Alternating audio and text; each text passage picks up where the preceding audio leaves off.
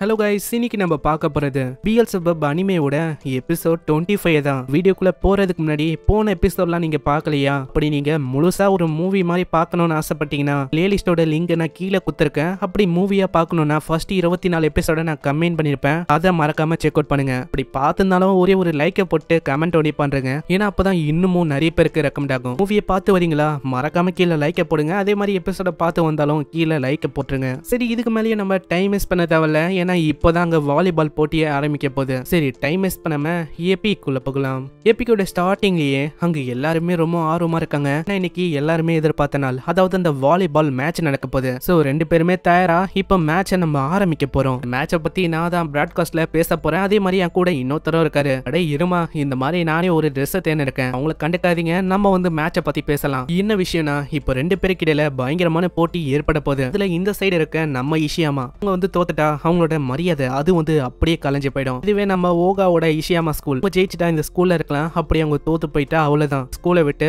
அவங்கள தொத்தி வர மாதிரி இருக்கும். மேட்ச் ஆரம்பிக்குது. இருமா சொல்றான், பரவாயில்லையே, உங்களுக்கு தான் நான் நன்றி சொல்லணும், ஏன்னா எங்களோட ஸ்போர்ட்ஸ் ஈவெண்ட் எப்பயுமே ரொம்ப லோவா தான் போகும், ஆனா உங்களால எங்களோட ஈவெண்ட் வந்து ரொம்ப அற்புதமா போக போகுது. எங்களுக்கு பார்க்கும் போதே தெரியுது இங்க இருக்கிற கூச்சல் கூடிய சீக்கிரத்துல இது ஒரு பயங்கரமான சக்சஸா போக போகுது. இந்த சைடு அனௌன்ஸ் பண்ற பொண்ணு சொல்றான், அவ்வளவுதான் மேட்ச் வந்து ஆரம்பிக்க போது. அவங்க ரெண்டு பேருமே கையை குலுக்கிட்டாங்க. இதெல்லாம் பாக்குற மத்த பொண்ணுங்க கத்த ஆரம்பிக்கிறாங்க, இருமாக்கூன் நீங்க வந்து என்ன பண்ணிருக்கீங்க, இந்த பொண்ணோட கையெல்லாம் டச் பண்ணாதீங்க, அவ ரொம்ப மோசமானவ எல்லாம் கேட்டு இருக்க. அந்த மைக்ல கத்துற அந்த பொண்ணு சொல்றா, ஆமா இத பத்தி நீங்க என்ன சொல்ல வரீங்க, உங்களை கேட்கவே தேவையில்ல, உங்களால என்ன சொல்ல முடியும், மியா மியாவும் தான் நீங்க கத்தின்னு இருக்கீங்க, இதுக்கெல்லாம் நீங்க எதுக்கு வந்து இங்க பிராட்காஸ்ட் பண்ணணும். அங்க மேட்ச் ஆரம்பிக்குது. ஃபர்ஸ்ட் இருமா தான் அங்க பயங்கரமா தாக்குறானா, அந்த பால் செம வேகமா வருது, ஆனா குமில்டா அதையும் தடுத்து பயங்கர வேகமா தட்டி விட்டுறா. இதே மாதிரி அங்க மேட்ச் போகுது. அங்க ஹிமிகாவா தடுக்க ட்ரை பண்றான், இருந்தாலும் நடுவுல பிளாக் அடிச்சு அவங்களுக்கு நிறையவே பாயிண்டோ கிடைக்குது. திரும்ப அங்க இருமா ஷாட் அடிக்கிறானா, போகவும் கத்துறான், டோஜோ உனக்கு என்ன பண்ணுன்னு தெரியும்ல, நான் பாத்துக்கிறேன். அங்க செம்ம வேகமா போய் பால பிடிச்சு அப்படியே கீழே தட்டிட்டு பயங்கரமா ஓகா கிட்ட தரானா. ஓகா ஏதோ பேஸ்கெட் பால் நினைச்சு அப்படியே பயங்கரமா ஒரு ஷாட் அடிக்கிறான். அவ்வளவுதான், போடு நம்ம ஜெயிச்சிட்டோம். அங்க எல்லாருமே ரொம்ப ஷாக் ஆயிட்டாங்க, ஏன்னா அப்படி பண்ணவே கூடாது, இது ஒன்னும் பேஸ்கெட் பால் இல்ல, இது வாலிபால். ஏய் ஓகா, இது ஒன்னும் பேஸ்கெட் பால் இல்ல, இது வாலிபால்டா, பால் கீழே டச் ஆக கூடாது, நீ என்ன பண்ணிருக்க. அவங்களுக்கு பாயிண்டோ இதனால ரொம்ப அதிகமா இருக்கு. ஒரு சைடு 18 இவங்க சைடு 12 இருக்கு. நம்ம எதிர்பார்க்கலப்பா, அவங்களுக்கு நிறையவே திறமை இருக்குன்னு நினைக்கிறேன் இதுல.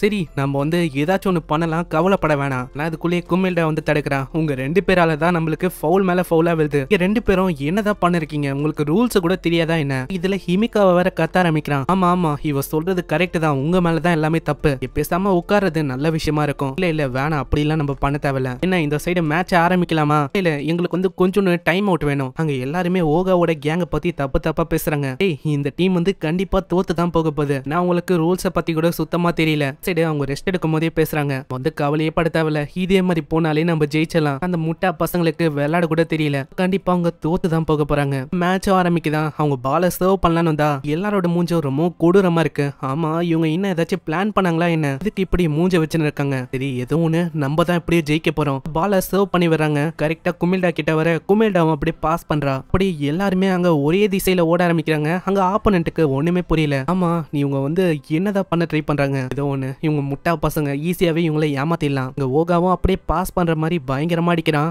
பால தான் பாக்குறாங்க. திடீர்னு பிஎல்செபப்பை அவன் தூக்கி போறானா, அது அப்படியே பார்க்க ஆரம்பிக்கிறாங்க. அதோட அழகுல இவங்க வந்து வாங்கி போயிடறாங்க. ஆனா இதை பார்க்கும் போது அவங்க பால பார்க்கல, பால் அழகா நெட்டுக்குள்ள போய் விழுது. இதனால அங்க ஓகாவோட டீமுக்கு தான் பாயிண்ட் கிடைக்குதா, அவங்களால ஏத்துக்கவே முடியல. இதெல்லாம் என்ன கதையா இருக்கு, இது ஃபவுலோட கணக்குல தான் வரணும். என்ன என்ன என்ன பேசுறீங்க, உங்களுக்கே தெரியும் அந்த குழந்தை எப்பத்துல இருந்து அவன் மேலதான் இருக்கு, அதனால அந்த குழந்தையும் எங்களோட டீம்ல ஒரு மெம்பர் மாதிரி தான், அதனால இது ஃபவுல் கணக்கே வராது. அங்க இதே மாதிரி மேட்சும் நடக்குதா, ஒரு வாட்டி முன்னாடி பக்கத்தை காட்டுறான், இன்னொரு வாட்டி பேக்க காட்டுறானா, இதனால ஆப்போனன்ட்டால எதுவுமே அங்க பண்ண முடியல. பாவம், அவங்க வந்து அப்படியே முழிக்க ஆரம்பிக்கிறாங்க.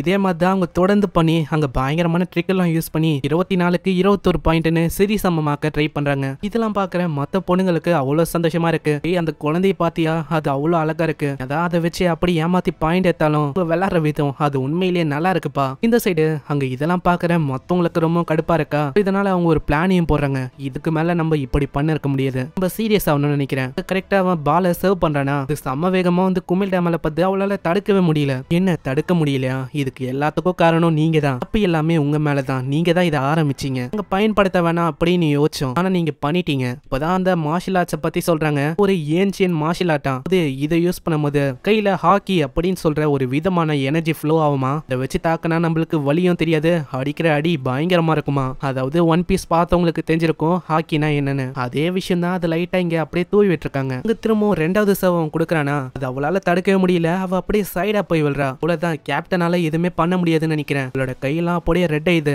அவோய், உங்களால இதுக்கு மேல விளையாட முடியுமா? உங்களோட கையை பாருங்க, ரொம்ப ரெட் ஆயிடுச்சு. இவன் உங்களால அந்த கையை தூக்க கூட முடியல. அங்க இதனால நேனே அங்க ஃபுரோச்சியை கூப்பிடுறா. ஃபுரோச்சி, நீ வந்து அவளுக்கு பதிலா விளையாட. இது நான் வந்து விளையாடணுமா? அதுக்கெல்லாம் வாய்ப்பே இல்ல. அவளாலேயே அங்க ஒண்ணுமே பண்ண முடியல. நான் வந்து என்ன பண்ணுவேன்? ஃபுரோச்சி, விளையாடு ஃபுரோச்சி.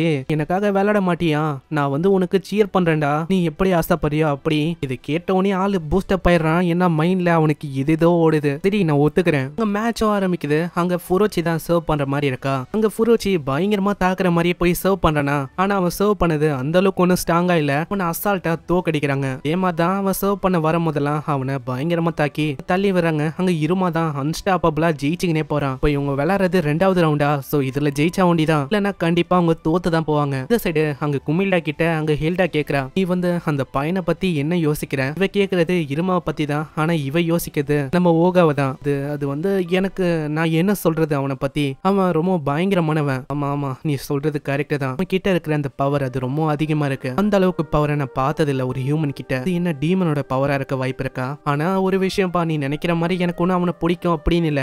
அவன் கூடயே சுத்துறேன் அப்படின்லாம் நீ நினைக்க கூடாது. ஆமா, நீ என்ன பேசுற? அது ஒண்ணும் இல்ல. அப்புறம் தான் அவளுக்கு ஒரு விஷயமே ஞாபகம். இது வரைக்கும் இந்த மாதிரி அவங்க ஒன்னா இருந்து இந்த மாதிரி விஷயத்தெல்லாம் பண்ணதே இல்ல. இப்போ ஒட்டுமொத்தமா ஒன்னா இருந்து எல்லாருமே விளையாடுறாங்க, ஒன்னா பேசுறது, இந்த மாதிரி விஷயத்த இவங்க பண்ணதே இல்ல. அதுக்கப்புறம் அவங்க தோத்து போனா அவங்க எல்லாருமே தனியா பிரியிற மாதிரி இருக்குமா. இதனால அவ யோசிச்சு பார்த்துட்டு அங்க திரும்பவும் வரா. கேப்டன் அவை அவ்வளவுதான் வந்துட்டாங்கன்னு நினைக்கிறேன். அவ்வளவுதான், மேட்ச் வந்து திரும்பவும் தொடங்க போகுதுன்னு நினைக்கிறேன் பழையபடி. ஏய், நீ என்ன அதுக்குள்ள வந்துட்ட? நான் திரும்பவும் வந்ததுக்கு ஒரு காரணம் இருக்கு. நம்ம எப்படியாச்சும் ஜெயிக்கணும். ஏன்னா நீங்க தான் என்ன ப்ரொடெக்ட் பண்ண போறீங்க. சோ இது கேட்கிற எல்லாருமே அங்க பூஸ்டப் ஆகுறாங்க. அங்க மேட்சும் ஆரம்பிக்குது. அனௌன்ஸ் பண்ற அந்த பொண்ணு சொல்றான், எனக்கு தெரியல என்ன ஆச்சுன்னு. திடீர்னு இஷியாமா ஹை ஸ்கூல்ல இருக்க ஆளுங்க ரொம்ப ஃபயர்ட் அப் ஆயிட்டாங்க. மேட்சும் ஆரம்பிக்குது. அங்க குமில்டாவும் சொல்றா, அந்த கேப்டன் இருமா, அவன் ரொம்ப பயங்கரமானவனா இருக்கான். இதெல்லாம் பரவாயில்ல, இதை நான் தான் பண்ண போறேன். பயங்கரமா இருமா சர்வ் பண்றானா, அது நல்லா பார்த்து எங்க வருதுன்னு கவனிச்சு பயங்கரமா அவ தாக்குறா. இதை ஒரு வாய்ப்பா வச்சு அங்க ஓக தாவுறானா. ஏய், அந்த கேவலமான ட்ரிக்கை நீ பண்ண போறியா? இந்த வாட்டி அதை உன்னால பண்ண முடியாது. ஆனா இப்படி நினைக்கும் போதே அங்க ஓகா பயங்கரமா அடிக்கிறான். இது டைரக்டா மிக்கி மேல பட்டு மிக்கி எங்கேயோ போய் விடுறான். என்னால நம்பவே முடியல. ஓகா இதை பண்ணானா? பரவாயில்ல, ஏதோ ஒரு ஃபயர் வந்து அவங்களுக்குள்ள வந்திருக்குன்னு நினைக்கிறேன். இஷியாமா ஸ்கூல் ஒரு பயங்கரமான ஃபயர்ல இருக்கு. அதே மாதிரி தான் இதுக்கப்புறம் போற ஒரு அட்டாக்கையும் அவங்க பயங்கரமா பண்றாங்க. டோஜோ, குமில்டா, ஹிமிகாவா ஒரு பாலை விட்டு வைக்கல. ஒரு பாலையும் அவங்க விடுறதுக்கும் தயாரா இல்ல. ஒரு பாலையும் அவங்க பயங்கரமா தாக்குறாங்க. பாக்குற ஆடியன்ஸால சுத்தமா நம்ப முடியல. அந்த அனௌன்ஸ் பண்ற அந்த பொண்ணு சொல்றா, என்னால நம்ப முடியல, இது என்ன பழைய டீமா? இவங்களை பார்க்கும்போது அந்த மாதிரி தெரியல. ஏன்னா அப்படி விளையாடுறாங்க.